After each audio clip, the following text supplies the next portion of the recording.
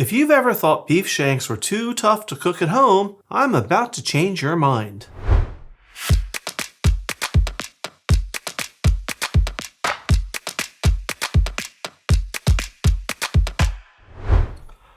Hi everyone, welcome to today's episode of Let's Celebrate TV. I'm your host, Peter Lee.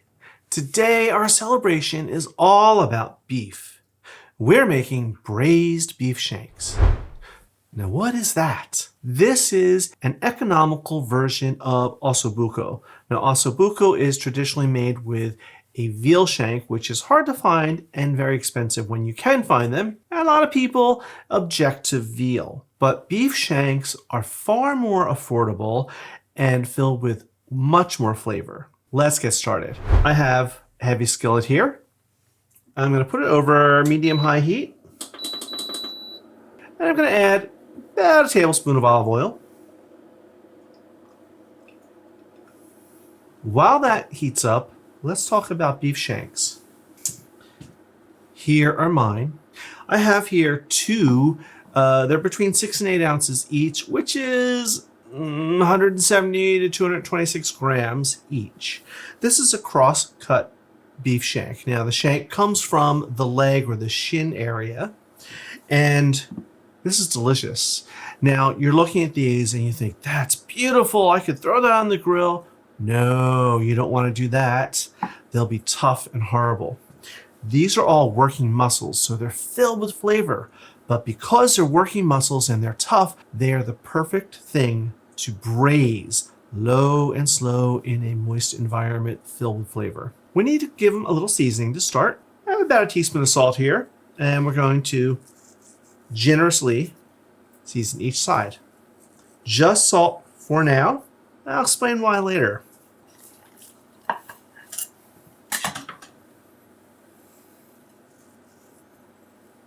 All right, my oil's hot.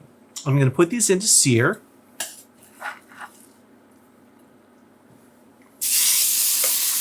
That's what you want to hear.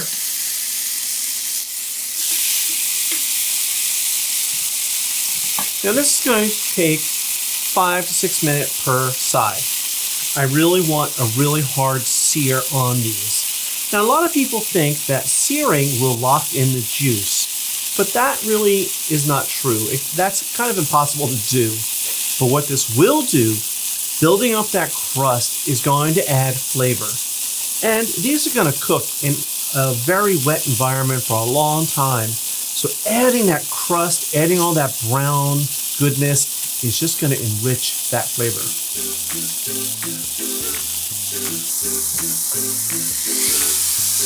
You'll know when it's time to turn these over when you hear that sizzle dying down.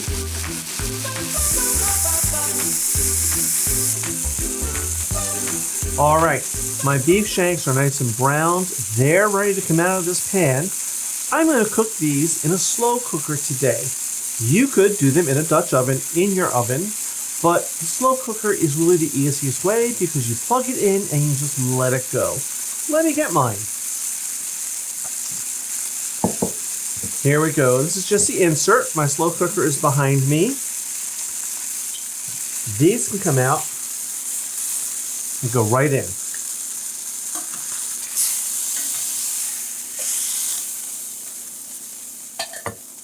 Just like that. Now, there's all kinds of brown goodness in this pan called fond. I'm going to deglaze this. I have here 12 ounces, 360 mils of beef stock. I'm going to use a little bit of this to deglaze this pan.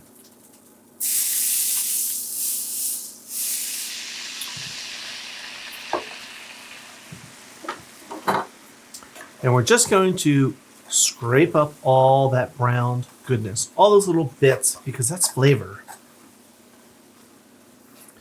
There we go. Let's cut the heat. And we're going to just pour these juices right into our slow cooker.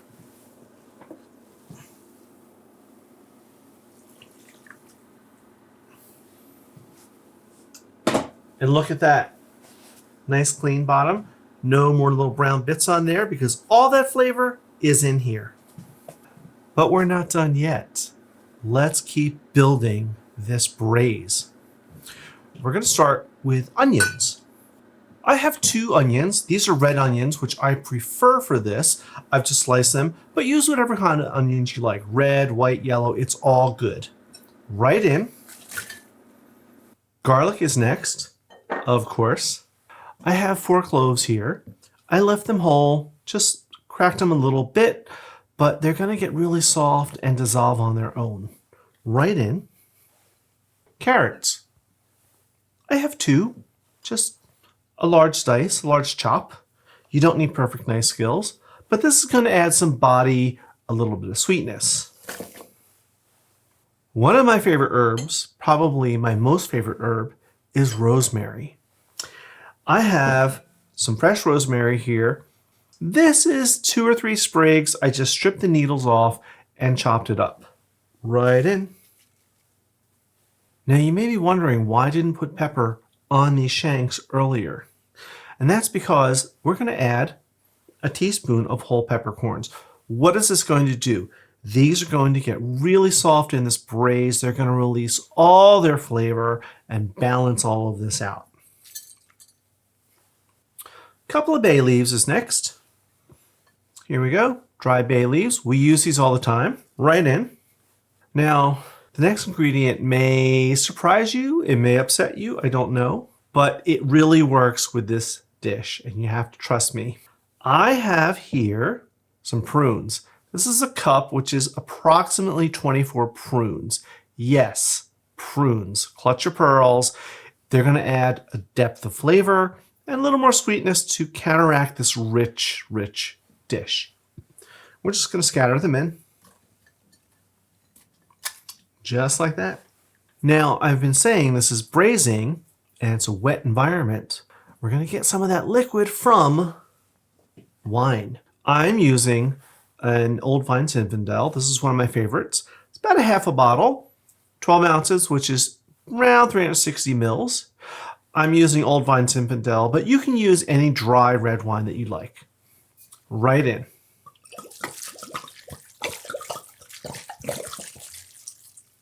Now remember that beef stock we used a few minutes ago, which was 12 ounces, 360 mils.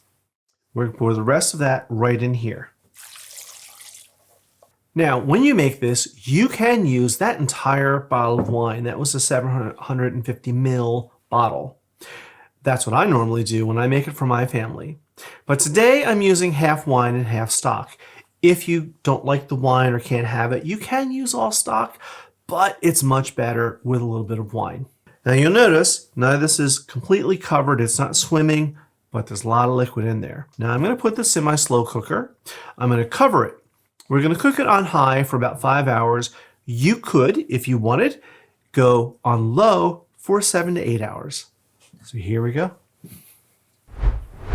And here we are. Now I'd love to tell you that it's been 8 hours later, but really it isn't. I had another crock pot that I started this morning going with the same recipe because I couldn't wait another 8 hours before I could taste this for you. And here it is. 2 shanks. Now you see it looks a little dark, and that's okay because it's soaked up all that wine and that stock, and it's just been sitting in there with all those flavors percolating. It's going to be delicious. Let's give it a try. So this beef is falling apart, which is what you want. I want a little beef. I want some of the prune. And I'm making a mess, but that's okay. Now I serve this over egg noodles. You can have it over mashed potatoes. You can have it over rice. But let's do this first.